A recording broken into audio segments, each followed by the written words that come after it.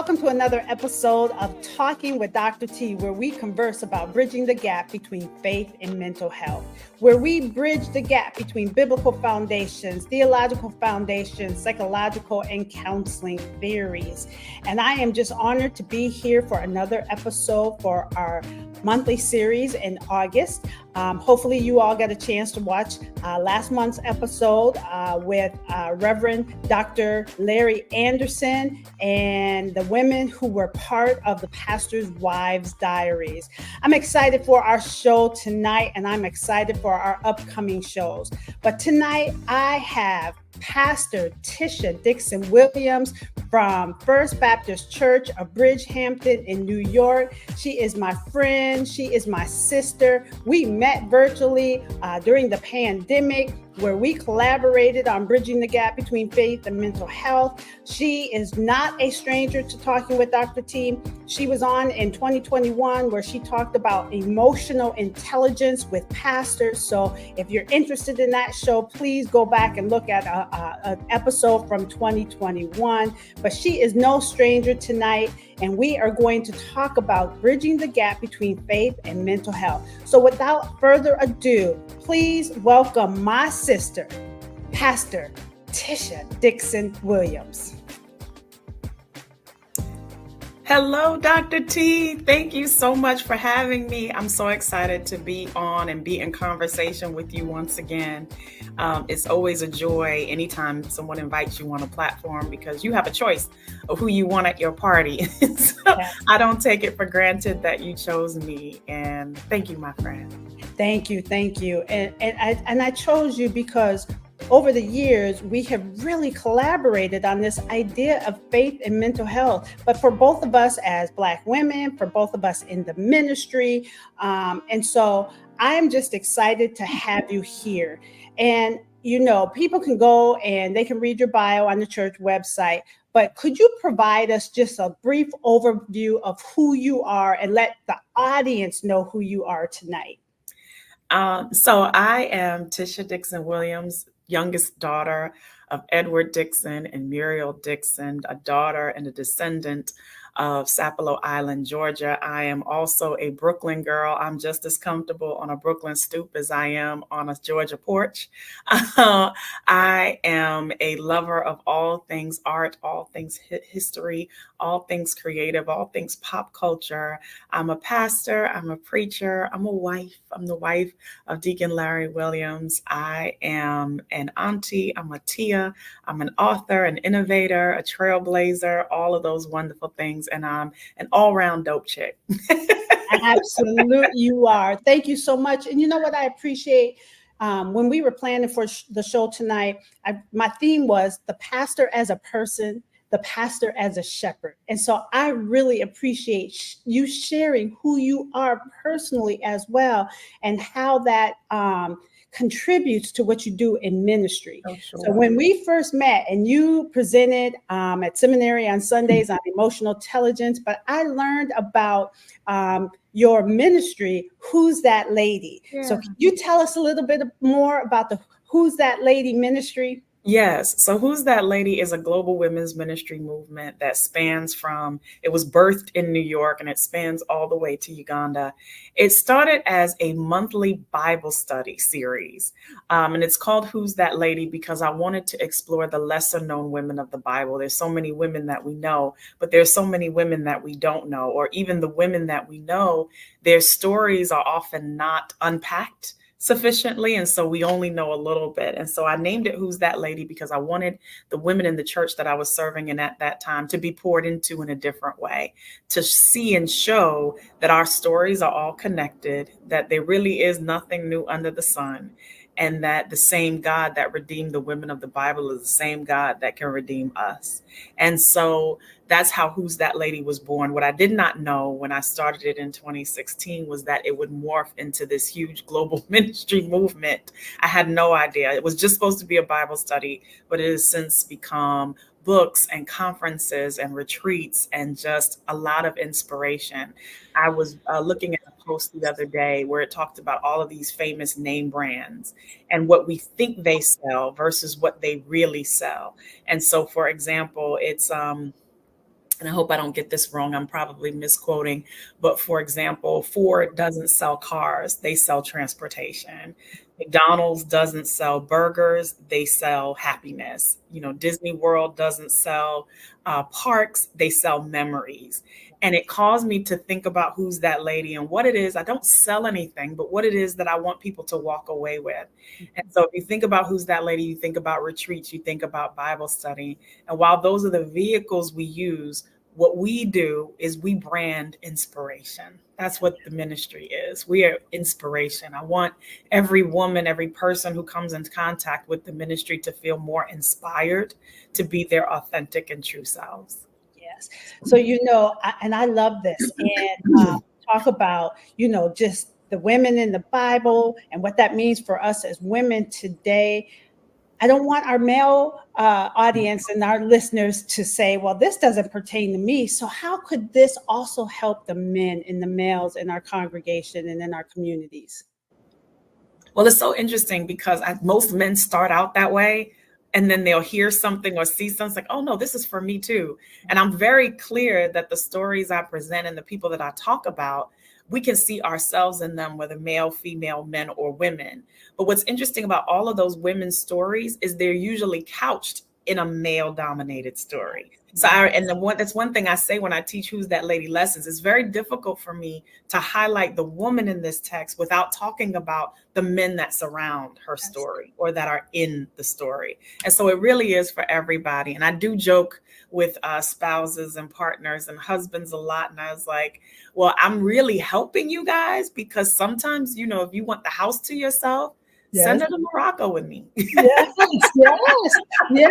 Well, let's talk about Morocco. Yeah, let's talk about Morocco. Tell us a little bit more about Morocco, and this will really lead into some of our discussion later on. But you have a retreat that you take women to Morocco. I do, and I love it. So it was inspired by one of my really dear friends who moved. She basically expatriated to Morocco during COVID. And long story short, after a couple of years, she actually started her own property, just purchased her own property. But before that, she was like, I really think you would love it here. You need to come here. Just come. I think your women would love it. Just come check it out by yourself. And I did. And I fell in love. And I always knew it, because it was on it was like in the top 2 of my places that I wanted to visit. And so I always knew Morocco would appeal to me. Somewhere in my heart, I always knew. And so I got there, fell in love with it. And I was like, yes, indeed, women need to come here. People need to come here. So I don't just bring women. I do about 3 different trips. I do one called Healing for Healers, which is a trip for pastors. It's a unisex trip. Anyone can come. And then I do something called Soukin is a Verb. That's the fun trip. That's all we do is shop for 5 days. I love it. In the Moroccan Soukin. So each day we go out, we shop until we drop, come back, eat, have a good time, and go back out the next day. So that's the fun trip. And then there's the Who's That Lady retreat. And the Who's That Lady retreat is designed for women to come, enjoy, restore. It is also a fun trip. I tell people this is not the kumbaya trip. This is we're letting our hair down, having a good time. Woosah. We do work. We do a little bit of work. We do cry and we do laugh and we dance and we eat well. And we just do all the things that we should be doing to make ourselves feel good. And so, Yeah, I love that. And, you talk about feeling good and woosah and healing the healers and for the women. So tell me a little bit about your vision, your philosophy about the role of the church, both inside the mortar brick wall and outside the mortar brick wall, as it relates to wholeness, wellness, and mental health. Yeah. So that's one of the things I like to think that I am as a pastor. I like to think that I speak to the whole person. I try not to just kind of divvy it up and compartmentalize, but I try to speak to the whole person because we are whole people. We're whole bodies and whole spirits and whole minds. And sometimes that stuff gets fractured. Where the Black church comes in is there's no feeling like the feeling in the Black church. We have our things, we have our stuff. But at the end of the day, there's nothing like the feeling of the Black church. Reverend Dr. Breonna Parker says, I still believe in the Black church. And I echo that sentiment. I still believe the Black church has something to say. Yes. I believe that we are integral to the lives of Black people. And We have always been that. We've always been more than the church. We've been the meeting house and the schoolhouse and the voting spot. The church has been so many different things in the lives of Black people. And I think that we have to continue in that vein and even be more dynamic in that work. And so for me, especially during COVID, when I noticed that people were suffering, I became very vocal about my mental health journey and sharing with people that I believe we need Christ with a couch, that we need a prescription and a prescripture sometimes, that we need both. And I don't believe that God is insulted by that, because God created the therapist. God gave us all unique gifts to be used. And I don't think the therapist is exclusive of that. And so as I begin to share my journey, people begin to feel more comfortable coming forward and saying, hey, I need help. Can you refer somebody? And in that, we created a therapist in residence program where we have a therapist who is available via email. It's completely anonymous. I don't know who goes. She doesn't tell me anything, but they have these appointments with her. The first one is free. We pay for that as the church. And if people want to continue in treatment with her, they're welcome to do so. But I just didn't want money to be a reason that people weren't getting healthy or were not being whole. And if the church can't do that, then, what are we here for? We're not simply here to be a blessing to a person's soul. We have to speak to the whole person. That's what Jesus did. Jesus didn't go around just saving people. No, he gave them sight. He removed demons. He cast out demons.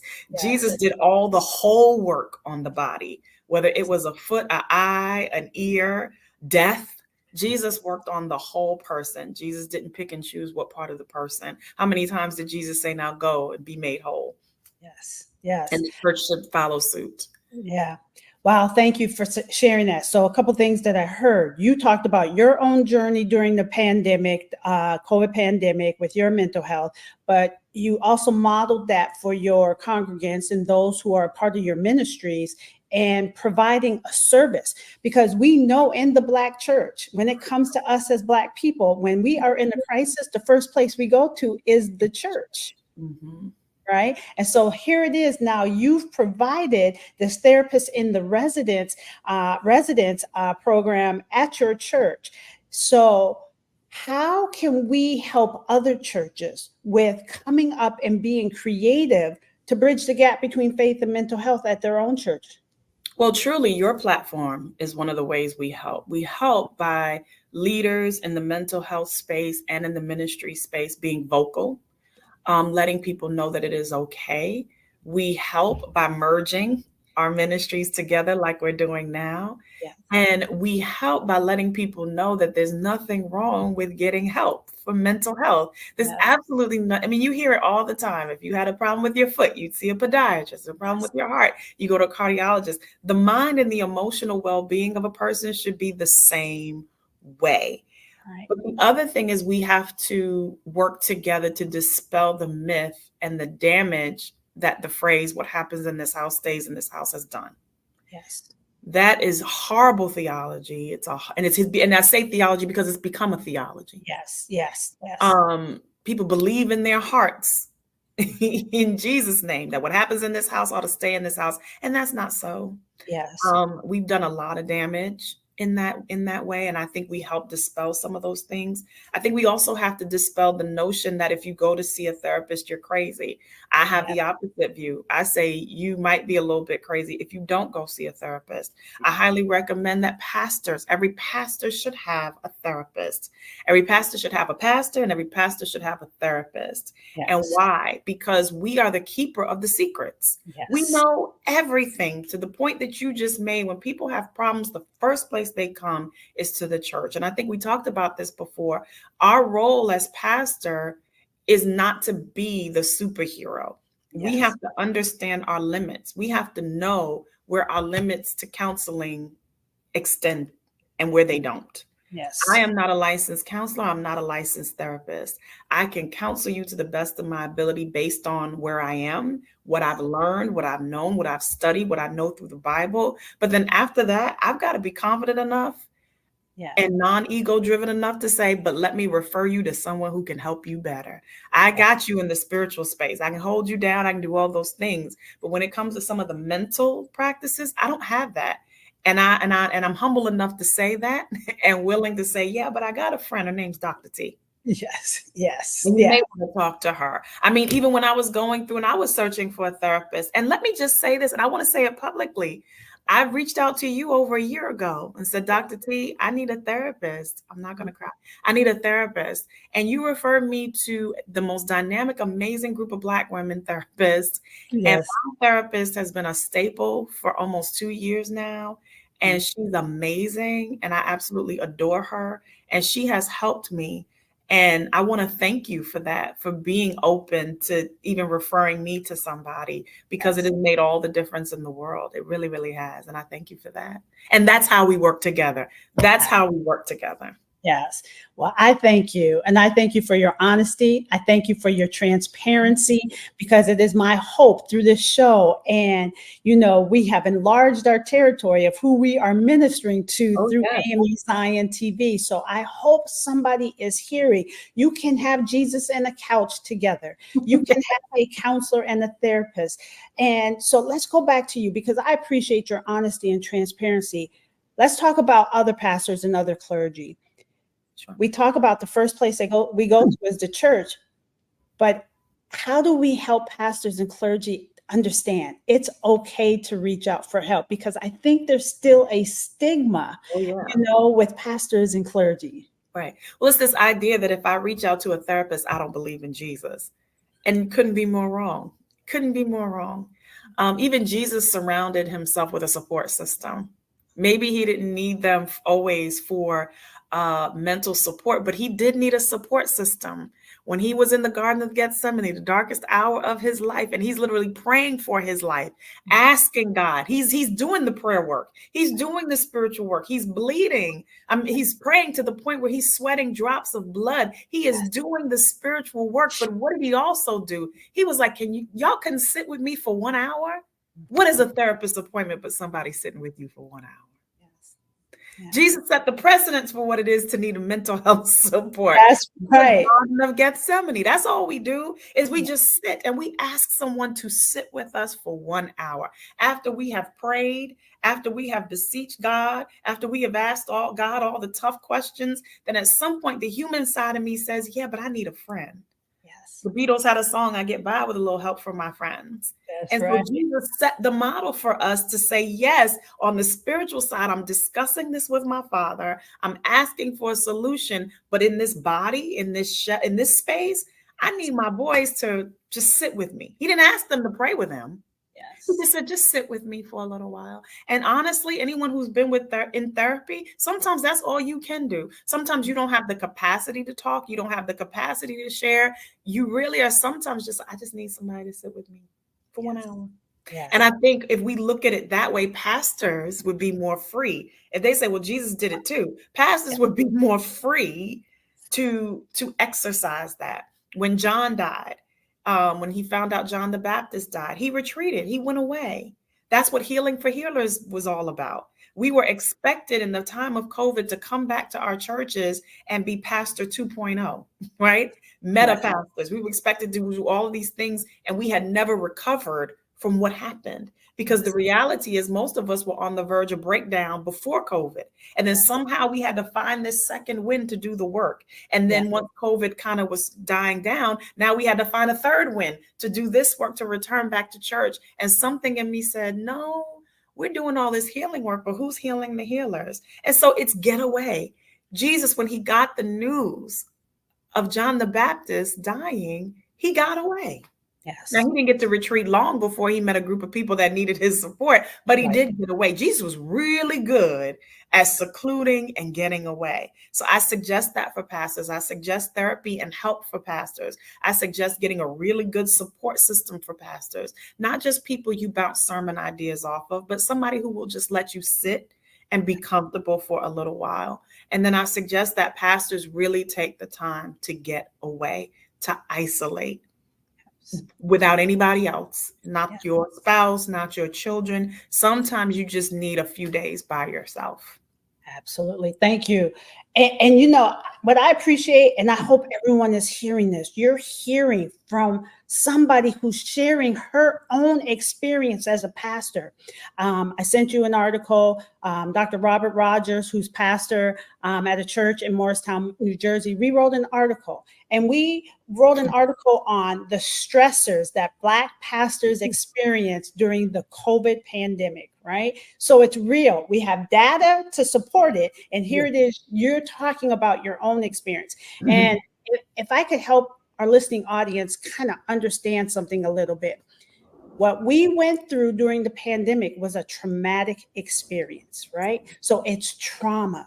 And so some people could have been experiencing what's called continuous traumatic stress during the time of the pandemic. So within it, people could be experiencing anxiety or depression, hopelessness, right? Isolation from their friends and family. But then that's the continuous traumatic stress.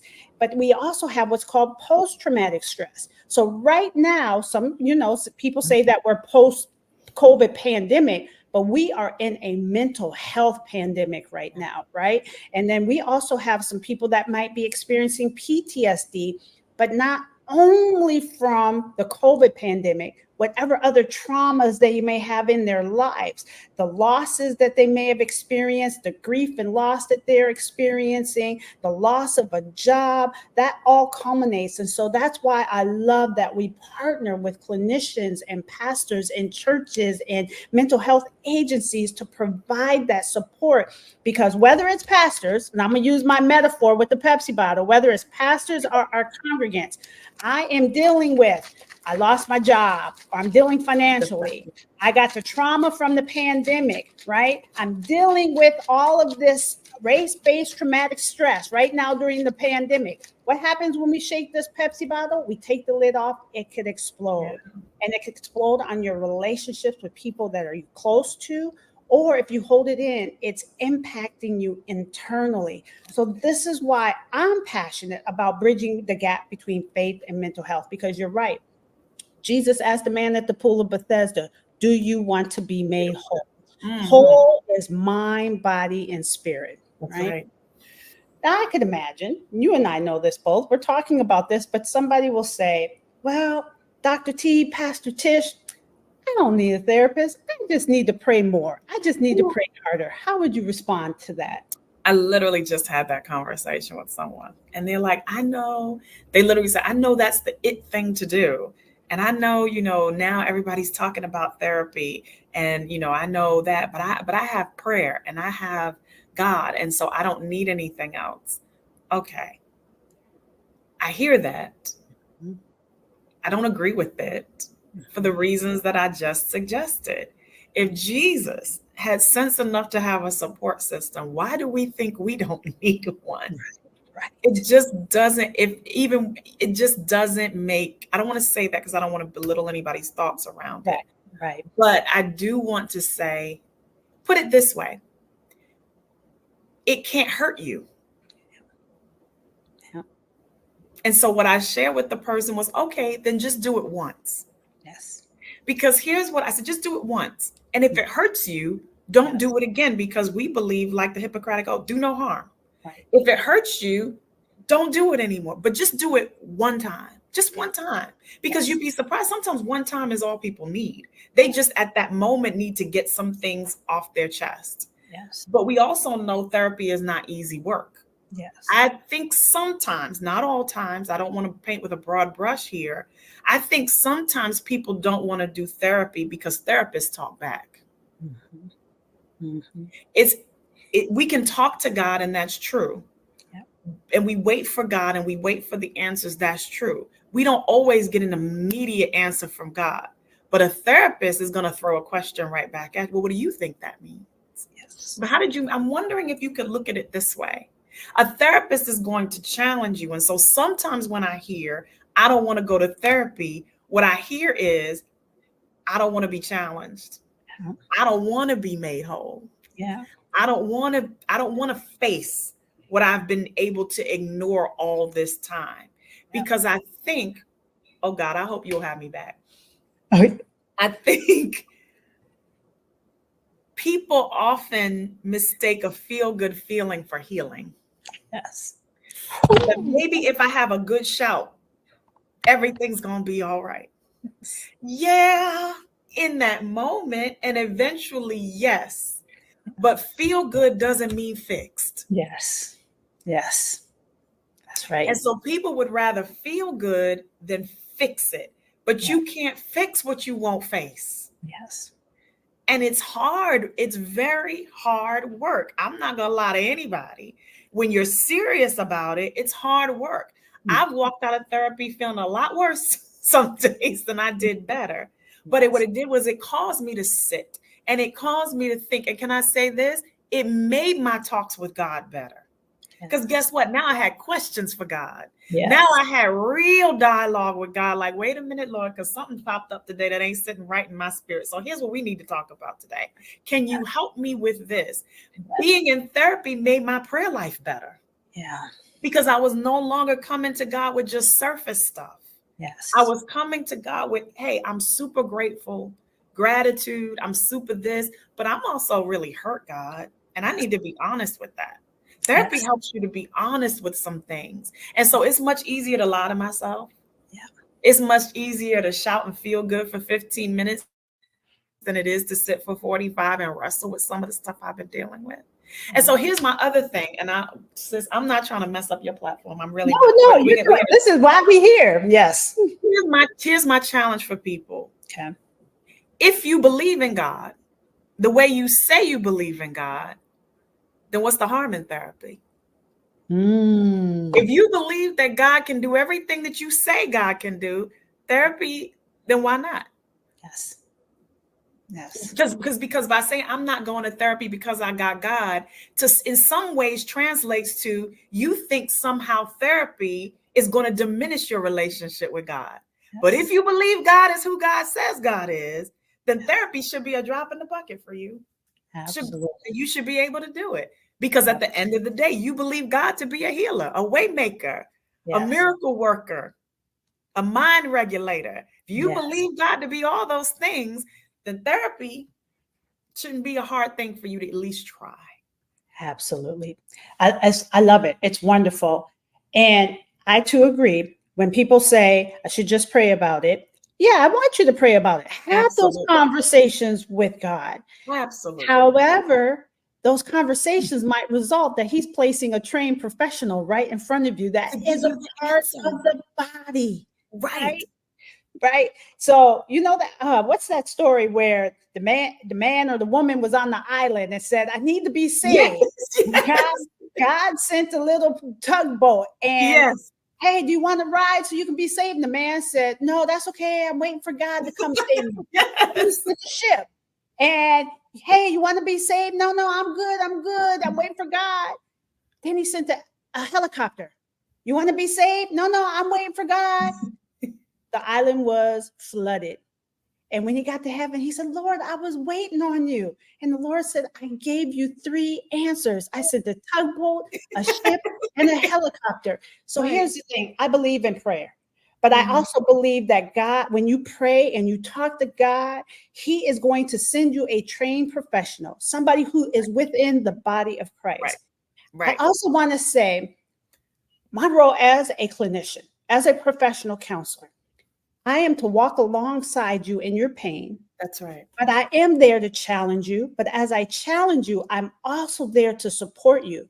My role is to help you to grow. See, we as people, we are resilient. So that Pepsi bottle, remember, we could keep pushing and pushing and push down, but that stuff is still in your body. It still gets manifested physically with illness, right? Yes. So my job is to help shine a light on those dark crevices, to help you to heal from the inside out.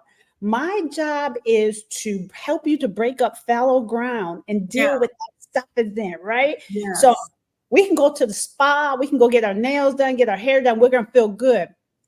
If you leave a counseling session and you don't feel good, that's when you know it's working. Congratulations. It's working. Yes, it's working. Lean into that because we are breaking some of that stuff up from below the surface. Right. Whereas we talk about, I'm into gardening now, which I absolutely adore. It's one of the things that brings me so much joy. And one of the things you have to do is what they call aerate the soil. Yeah. because it gets so hard under there that you're planting seed that can't break through because you have not aerated, you have not broken up Ooh, that's a sermon ground. right So there. how are you sowing seed, but you won't break up soil? Yes. You have to break up the soil to sow the seed. That's Yeah. how that works in order to have what? Growth. Yes. And in order to do what? Bloom. Yes. We don't want I to just love grow. it. It's not Yes. just about growing where you're planted, it's blooming where you're planted because Yes. anything can grow by virtue of time. Things grow, weeds grow. Did you ever Yes. notice you never have to work hard to find a weed? Right. Weeds will just present themselves. Right. Weeds are like our problems. You don't have to look for a problem, but Right. blooms. Blooms take time. But when a bloom shines, you Right. can't even miss it. When a single rose among a whole patch of thicket pops Yes. up, you cannot miss it. And you can obviously see, wow, that rose went through a whole lot to bloom in this garden. And Yes. so that's what I want people to do. I don't want people to just be satisfied with growth. I want Yes. people to bloom, to be Yes. their best and brightest selves. And Yes. one thing that you said that if I may, Yes. I'd like to speak to is this whole idea of self-care. Yes. I do a lot, wear a lot of hats, I do a lot of things, and I love them all. I have committed, and I may have even told you this. People are always like, oh my God, you're so busy. You must be tired. I'm like, yeah, I'm tired. I said, but I refuse to complain about the life I prayed for. This is the life I Yes. prayed for. Yeah. I prayed to do this stuff. I Yes. prayed to be a pastor. I prayed to be able to preach and share God's word all over the world. Yeah, I'm tired. It comes with the gig. But at the same time, this is the life I prayed for. So I refuse to complain about that. But in that, my therapist is like, well, what are you doing for you? What is your self-care? Do you get manicures? Do you get massages? And do you know my philosophy on that? I was like, manicures and massages. I was like, that's maintenance. Yes. For me, that's maintenance. That's not self-care. Those are the things I would do for myself. No, those are things I have to do for myself. Yes. I remember when massages were a luxury, but when you travel as much as I do, Yes. massages are now mandatory. They're medicinal. That's right. That's right. At this point. Yeah. But I say that to say that I was then challenged though, because she would ask me and I was like, yeah, no, I'm really not. And I wasn't. So because I haven't really identified. Here's what I do know. Self-care for me means creating a life where self-care is not necessary. Yeah. Self-care ought not be a one-off. Yes. Self-care shouldn't be an afterthought. Self-care should be a daily practice. Yes. And so when I began to think about it that way, where I want to live a life that's so proactive, self-care is not necessary. So massages can be fun again, all those kind of things. Yes. So I think it's living a life where you put things in place to make life easier for you. Can I tell you what self-care for me is? What's that? My Dunkin' Donuts app. I love it. Any app. Follow me on this. Any app that allows me to order things and just walk in and grab it and not stand on the line, that's self-care for me. Right. And here's why it's self-care, because it gives me minutes that I otherwise would not have. That's 15 minutes of my life I have now gotten back just because I ordered my coffee online.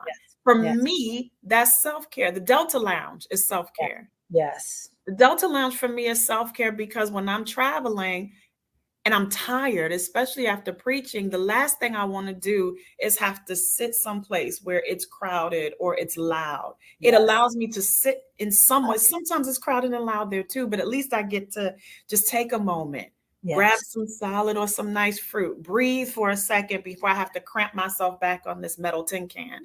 Things like that, things that make my life easier, convenient, comfortable. That's self-care for me. And I think that's what I want people to do when it comes to mental health. And we talk about self-care, really dig deep. My African spirituality practices are self-care for me.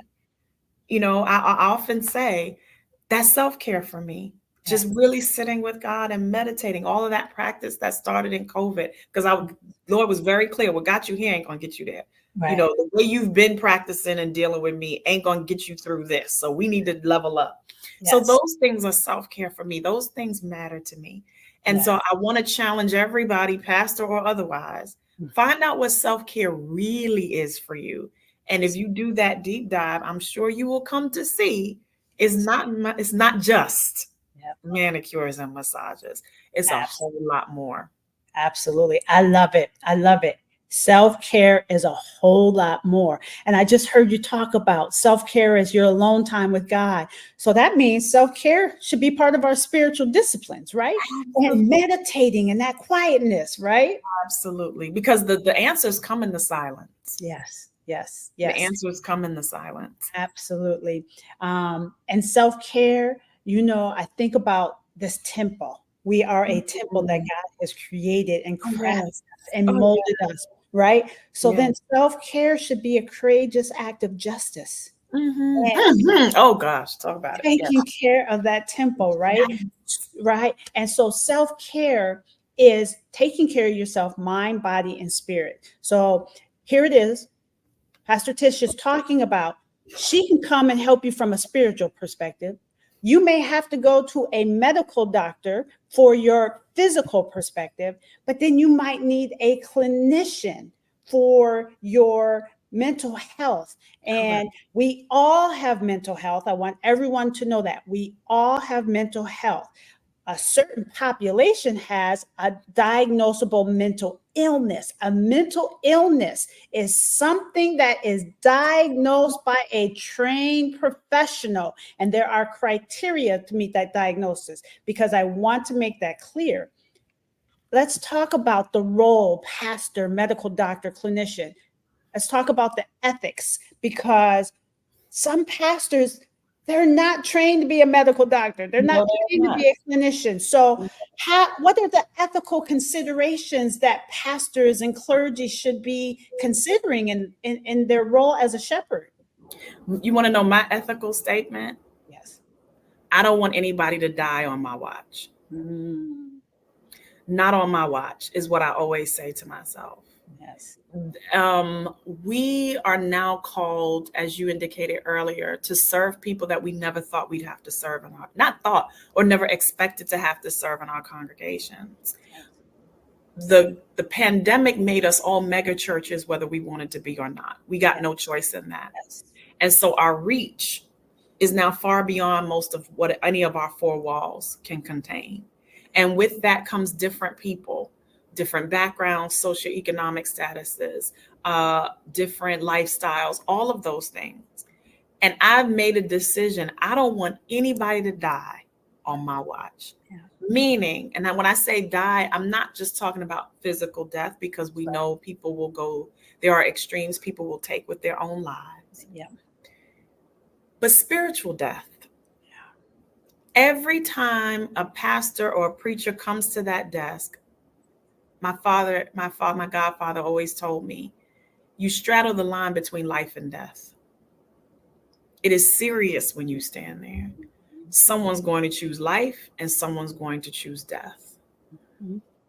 I don't want anybody to die on my watch because of something I said, because I wasn't emotionally intelligent, because I didn't say the things that needed to be said, because I turned a blind eye to the world in which we live and the things that are really facing us. I don't want anybody to feel worse because they encountered me or my preaching. And so for me, when it comes to ethics, I think that's what we have to keep in mind. Before we speak to someone, before we counsel someone, take a moment to assess and say, is this going to hurt or is this going to heal? And I think sometimes as pastors, we have this amazing, beautiful passion, this zealousness, where we just want everybody to be saved. And that's how it should be. We should feel like that. Like, I want everybody to love Jesus. I really do. Because Jesus is amazing. I love Jesus. I want everybody to know Jesus. However, there's a way to get people to do that. And beating them over the head or making them feel horrible because of decisions that they made is really not the way to do it. And I may have talked about this in the emotionally intelligent piece, but I always think about Jesus and the woman caught in adultery. She's, brought out. She's in front of the mob. They're like, we got to kill her. Jesus makes a very interesting move. He doesn't talk to them. He doesn't even say anything to her. He begins to draw or write in the sand. No one knows what he drew. No one knows what he wrote. My imagination says, I feel like Jesus was counting the cost. I feel like Jesus, as my grandmother would say, was figuring. He was like, okay, hold on. I believe Jesus was doing one of those charts. Yes. Side with the woman, yes. Okay, then this is what's going to happen.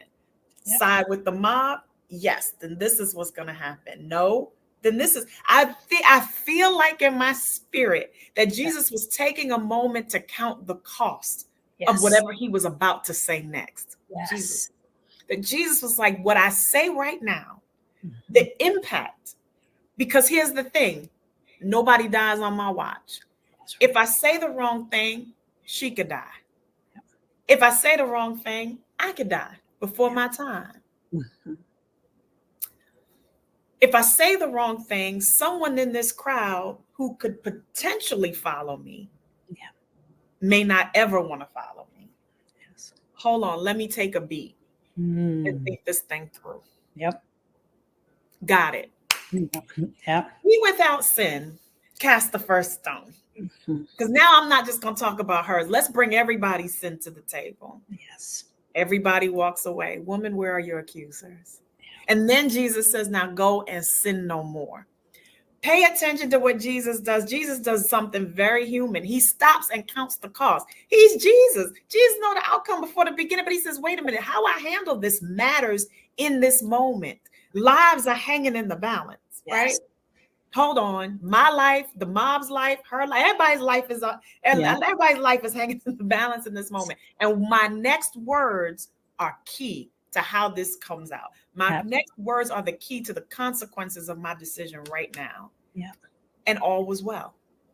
They walked away convicted, but not hurt.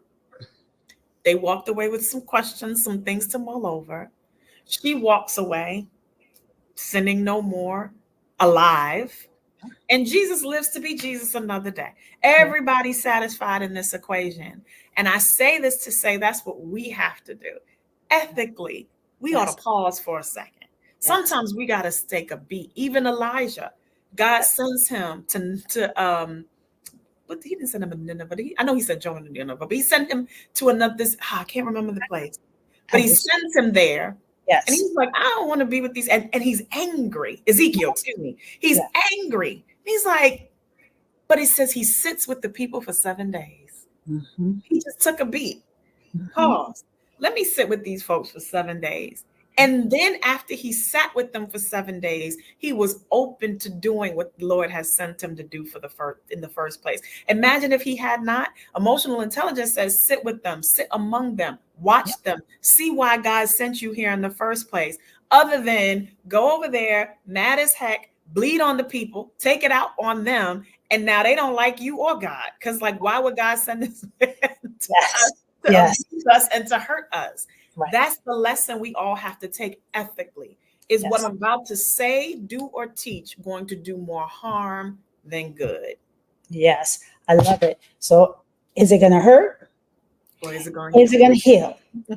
I got to count the cost. I think people need to understand, if you can't help them, at least don't hurt them. At the very least, don't. If you can't, I said it all the time, you can't help, don't hurt. That's at the very least. Yes.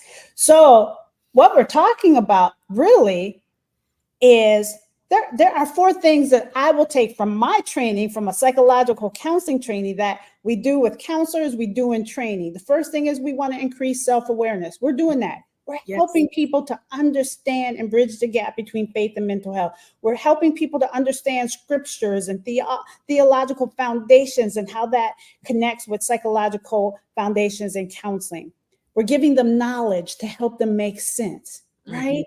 Mm-hmm. Your feelings are real. Whoever is watching, and your feelings are real. Own your feelings. These are your feelings that you may be having are normal reactions to this extraordinary event you're dealing with, the trauma, the COVID pandemic, right? Yeah. You may be feeling something right now during this election period. Your feelings are real. So we're giving you knowledge.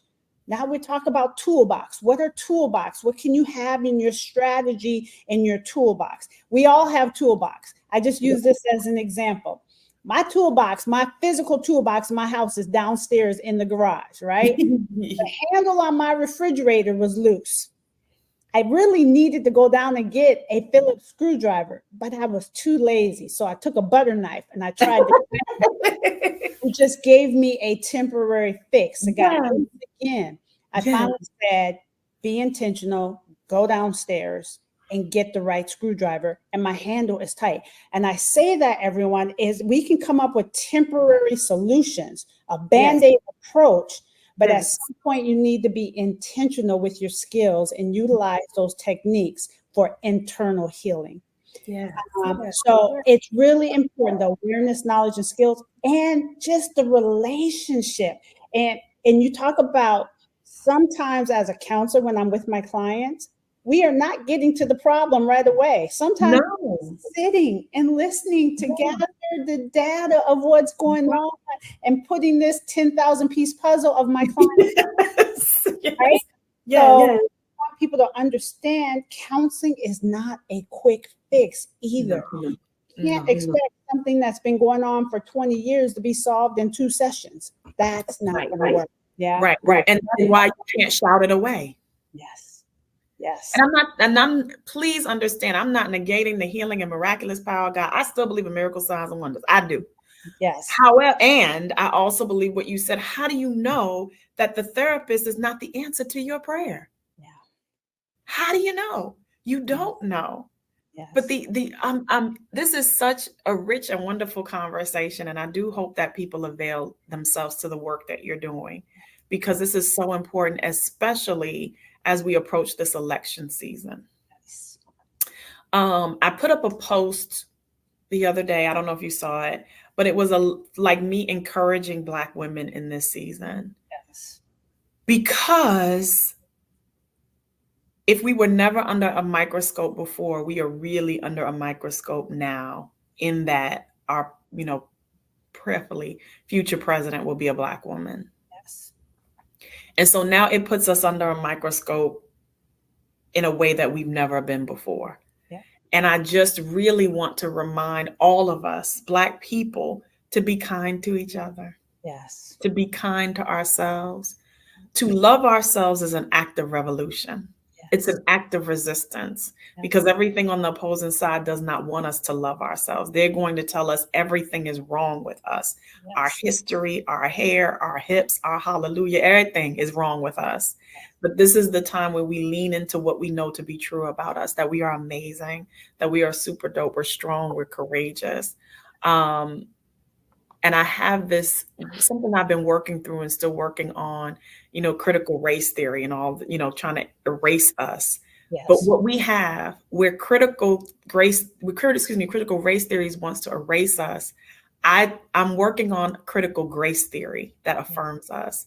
This grace that has kept us, even as the world has tried to erase us. Yes. And I don't want people to forget that grace. Yeah. Counseling, therapy is no replacement for the grace of God. Yes. Therapy and mental health stuff we can explain, but there are things that God does that we are inexplicable. We cannot explain them. Even doctors will tell you that, like, I don't know what this was. And all their diagnosis is, well, it was a miracle. It just is what it is. And so I want people to really understand that although we talk about mental health, we believe in God. Yes. I believe in the power of God. Yes. And I also believe in the wisdom of God. And wisdom says that we get help on this side. Yes. We're living, so much of what we preach and so much of what we talk about and believe is about a future hope. Yes. A future heaven. Yes. But can I tell you something? Heaven is a place on earth. Yes. Right now. I forgot. It was Belinda Carlisle. They said, "Ooh, baby, do you know what that's worth? Heaven is a place on earth. Heaven is right here." Was it David who said, "I would have fainted had I not believed in heaven here in the land of if I had not seen the grace of God here in the land of the living." Yes. I just botched that, but y'all know what I'm talking about. What I'm saying. But he was like, I'd have lost it if I didn't believe that there could be some hope and happiness here, right here on earth. And I want people to know that's available to us. It's right here, right now. If you want it, it's available to you. Yeah. Just as much as Christ's love is absolutely available to you. There's nothing you can do to shake it. I always say, God doesn't just love us. God is stalking us. Yeah. like watching every move, counting our hairs and everything. We go together. Yes. And so, but therapy can be part of that journey. And it Absolutely. doesn't mean that you're in therapy forever. I've been in therapy for seasons. Yes. There are times when, but the thing that I'm learning now and have learned, I was doing therapy reactively. When something happened, then I searched for a therapist. Okay. Now I have learned I am using, I have a therapist proactively. Yes. There's a journey that I have been on for the last 20 years, and I've always sought a therapist when things got bad. Yes. This is the first time I've gone through the process with a therapist, and it's made a major difference. Yeah. Where I have said, okay, maybe I don't see you every week, but I need you. You are squad. So I need to know that when stuff is okay, no, I got to tag Dr. Such and such in on this one. Hold on. Let me get her on the phone. Can you see me at such and such? Yes. And can I say this to all pastors? It's going to sound funny, but it's so true.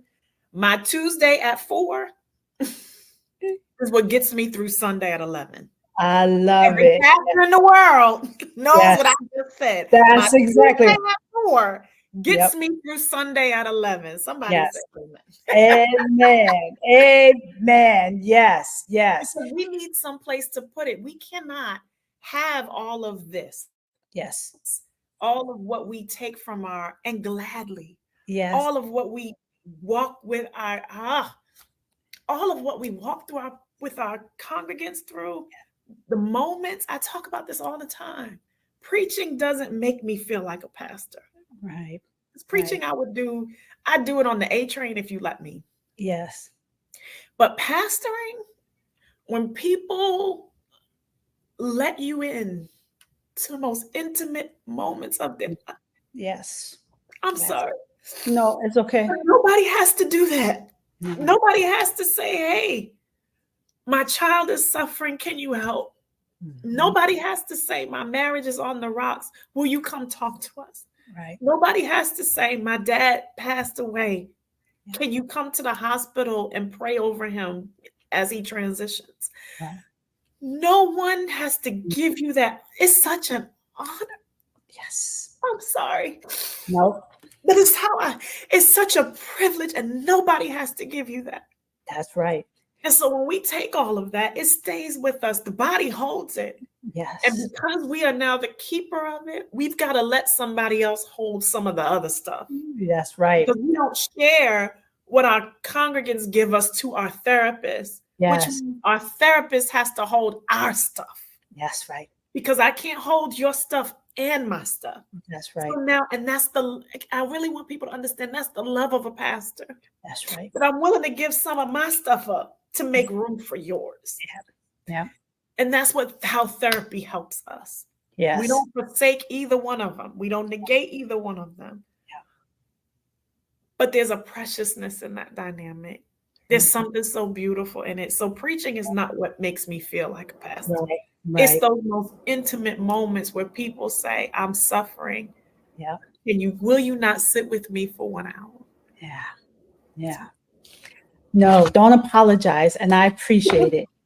You know, as I was listening to you, we have this image we use in counseling. It says inside a therapist's heart, but I could also say inside a pastor's heart. So if everybody thinks about a heart, inside the heart is all of my congregants and clients' thoughts and feelings are welcome. I will do my best to sit with any suffering that my clients or my congregants share. Mm-hmm. I have to let go of expectations without giving up hope. I have great hope. This is all a part of your heart, right? And I love it. As healers, as helpers, we know that burnout is real. We know that compassion fatigue is real. That is why even the counselor needs a counselor. That is why I love that you're talking and sharing about your therapy, because inside our heart, we're giving that away to our clients and congregants, but we also have to take care of ourselves. Right? And so that we come back to that whole idea of self-care. That's it. Yeah. So we have a few minutes left. I want to kind of share a few things that you said, and then ask you one kind of final question and get some final thoughts. One, you mentioned the election season, and this is for everyone. Race-based traumatic stress is real. Oh, so real. Microaggressions are real, whether it's based on race, gender, religion that we are hearing out there. Yeah. It is known that race-based traumatic stress, microaggressions, whether you are observing it or hearing it in the news or doom scrolling on social media, it can impact your mental health. So I would ask that everyone be aware that you have to take time out from what you're hearing from the racist, the sexist, all of those remarks out there. This is for everyone, especially during this time. Especially for women, I want you to kind of think about reimagining the strong Black woman. When we talk about the strong Black woman, reimagine it's okay to get help. It is okay to take time away. It is okay for your own well-being and redefining that well-being. And so I have, as part of my Dr. T in Love and Basketball Ministries, I have a free webinar for anyone who's interested in just reimagining the strong Black woman. Sure. The other thing that Pastor Tish, I'm going to go back to the garden and irrigating the soil, right? When I was in seminary, we had to write a spiritual autobiography. And I thought it was going to be easy because I'm a counselor. It's all about self-awareness. And it was the most challenging piece of work that I have ever had to do beyond that dissertation. Sure. Because I had to realize that when God plants a seed in you and that he wants to grow it and transform it, but sometimes he might need you to go back and finish some unfinished business for that seed to be able to sprout. So thinking about your unfinished business is irrigating the soil. It's breaking up that soil. So if you are asking yourself the question, why, God, aren't you giving me this? Or why isn't this being birthed yet? I would also want you to say, what unfinished business do I need to finish to be able to grow and go to the next level? Oh, yeah. So it's interesting. Oh, gosh, this is so funny. So it's interesting that you say that because I recently enlisted the help of a holistic doctor who's also a life coach. So when we talk about this wholeness, that's who she is. She's amazing. Her name is Dr. K. She's out of Atlanta. And Dr. K helps you on both fronts. And she's also super intuitive. So she also helps you spiritually. She's amazing. And so we had this initial conversation from the coaching standpoint. And I said, I know, I can feel it. I've been feeling it for a while. And the feeling is, the only way I can explain it is it's electric. I feel like the slide. I don't know what it is. I don't know what God's doing next, but I know it's something. And what I've been feeling in my spirit is, and you have to get ready for it. Even though I don't know what it is, I'm supposed to get ready for it. And we talked about that. And I said, I just feel like I'm like just this one thing away. I don't know what it is. I don't know what I'm supposed to do, but it's like this one thing away. And I can hear God saying, I just need you. I'm going to give you the perfect analogy for my Bible people. Rahab. I have a sermon to teach in a lesson called the Rahab Rehab. And Rahab was asked to do one simple thing to save her family. Hang a red cord outside of her window. That's it. Right. That to me is the craziest thing, right? I love this story because I'm like, she was not asked to sell her business. She was not asked to sacrifice anyone. She was not asked to hide more spies, make your house a safe house. All we need you to do is hang a crimson cord outside of your house. Yes. So that way, when we come through, your house and everything attached to you will be excluded from this thing, right? That's it. Yes. That is how I feel. I'm in this Rahab season where it's like, I just need you to do this one simple thing. But the one simple thing I know will have such great repercussions. That one little thing affected her whole family generationally. Yeah. Story we still talk about to this day. The plan outlasts the woman, right? Right. This thing. And that's how I feel in my spirit. And she told me after a conversation, I gave her this really weird analogy, which I won't do on your platform. But she said, the one thing in the way is you. And I'm like, what? She's like, you're it. You're the one thing. And she said, you know what? She said, you're the kind of person I love working with most. She said, because there are people who have major things, major blockages that we've got to get through. Some things that they're paying trust tax for that have nothing to do with them. She said, but people like you, when it's just you, I just got to deal with you and the stuff that's blocking you. She said, oh, you're my favorite people to work with. We can get to work. We can do this. Right? Yes. And so I say to say, for me, the unfinished business is me. That, I literally just had this conversation 3 days ago. I'm in the unfinished business. There's something in me that needs to be broken up in order for the next thing to bloom. And again, I don't know what it is. And that's what I'm excited about. I do want to say this to people, because we get this as pastors. I'm sure you get it a lot as a mental health professional. I don't know what to do. I don't know what God is telling me to do. It's the I don't know. And this may be one of my next books. Yeah. There's a gift to I don't know. Yeah. I don't know is a wonderful space to be in, especially when you're a believer in God, because I don't know means it could be anything. Yes. And so I love I don't know. Yeah. Because of my history with God and my track record with God, things have always worked out a bit better when I didn't know. Yes. Yes. Yeah. And because God has blessed me so much, I don't worry about it, because God has just been that good to me. That's right. But I'm like, God ain't failed me yet. So I'm not going to start poking in. Our job, and as you indicated, is to we handle the periods and let God handle the question marks. That's right. I love it. I know I can do, I do. I know I can finish school.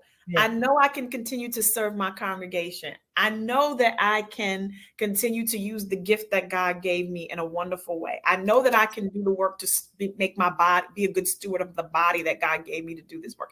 These are the things I know I can do. Yes. But the question marks, I don't have nothing to do with that. I love the space. I don't know, because God has not failed me in that. What I have to do is be responsible for the things that I can do.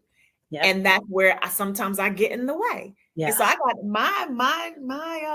my unfinished business is me. Yes. And I know that, and I feel confident that even if I don't complete it all, I feel like I'm in this space where God says, I just need you to have enough faith to take that one step. That's right. right. You acknowledge that you're the problem, or we already halfway there. Right. So I would encourage people to just take the step. It's so cliche, but it's kind of, a lot of times it's get out of your own way. We know God, but we don't know God. God is a mystery. And I thank God for that, because if God was small enough to understand, God wouldn't be big enough to worship. I need a God I don't understand. That's right. That's especially right. Because my personality is made up of information. I'm an information person. I like information.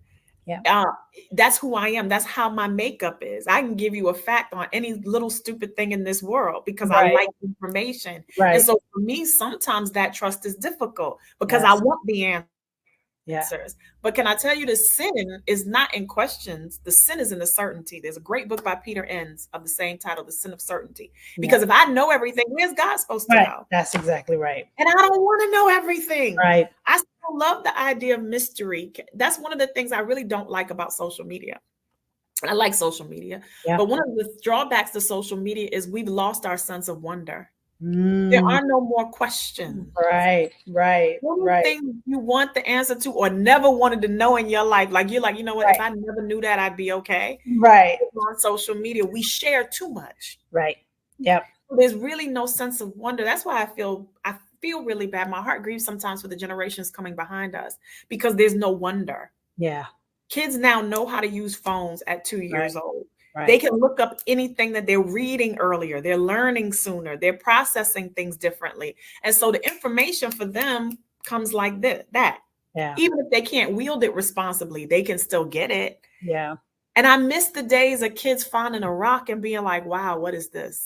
What is that? That's Rather exactly. than being like, well, this is igneous. It comes from the volcanic such and such. Yeah. Yes. I don't want to Yes. say wow. Yes. But Yes. it is to say the beauty and wonder. And guess Yeah. what? God still makes us wonder. I like that about God.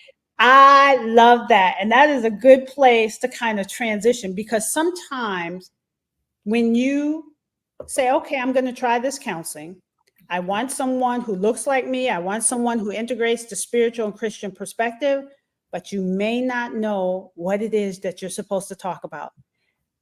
Let the counselor be on that journey with you. Yeah. And let's just find out what the wonder is of you coming there and trying to work on you. The reason you're coming is you. And so just get out of your own way. Come, counseling is confidential. It's private. We don't disclose unless we were concerned about someone. And just like Pastor Tish said, if you reach out to either one of us, we'll get you connected with anyone that you might need help with, or we'll get you to a person that can help you. The beauty of my role and being very involved in my profession, I know clinicians all throughout the world that I can help you and get you connected with, who are culturally competent, who integrate spiritual and Christian perspectives. So I just want to say thank you for sharing everything that you shared and this conversation on bridging the gap between faith and mental health. Thank you. Thank you. This is so good. We could go on and on. Yes. Yeah. And thank you so much for having me. And thank you for doing this work. It's so needed and it's greatly appreciated. God bless you. Thank you. God bless you. So as we come to an end, I was saving I don't want to say the best for last, but the best. Pastor Tish has a book that came out in 2020, but she also has a new book. So tell the audience about your books, and then how can they connect with you on social media? Okay, so my first book is called I See You, Sis, Inspirations from Heroic Women Hidden in Plain Sight. And it really is a compilation of some of the sermons that I've written about women and the subsequent Bible study lessons. And we are all women hidden in plain sight in some way, shape, or form. But my new book was actually birthed out of, it kind of was birthed out of the space in the pandemic, because a fire pit saved my life. And I realized that nature is a place where I find God, and I love nature. I love the elements. It's one of the ways that I worship. When it comes to self-care, one of my self-care practices is what I call grounding, where I walk around my backyard in the grass with just barefoot. And I love it, love it. First thing I do is kick off my shoes and just walk around in the backyard. And when I began to think about all of those practices and how they spiritually helped me, I began to think about other people and really wanting to invite people into the space of honoring and enjoying the elements. And so my new book is a really small, cute devotional called Each Day with the Elements. And each day you spend time doing devotional work with a different element. So earth, fire, air, water, and spirit. I love it. I love it. As soon as it comes out, I'm probably going to be the first one to get it. I hope so. It's in its very, very, very final stage. I had to go back to the drawing board on one thing, but it's in its very, very final stages right now. It should be out soon. And if I might mention one more, I didn't realize. And for the holidays, last year I did a sermon for the holidays called How the Grief Stole Christmas. And I am putting that sermon into a book. So it'll be a short story, kind of Dr. Seuss style, on how the grief stole Christmas. So that'll be available during the holidays. I love it. I love it. Congratulations. So website, Who's That Lady? Who'sThatLadyMen.com. Instagram, Who's That Lady, and on Facebook, the Who's That Lady group. So you can just go to Who's That Lady on demand on Facebook, and please join our group. Absolutely wonderful. Pastor Tish, sis, I just want to give you a hug. Virtual hug. But I'm going to get it in real life, but real soon. Right. That's right. Thank you so much for being on, talking with Dr. T, being here with us on AME Zion TV.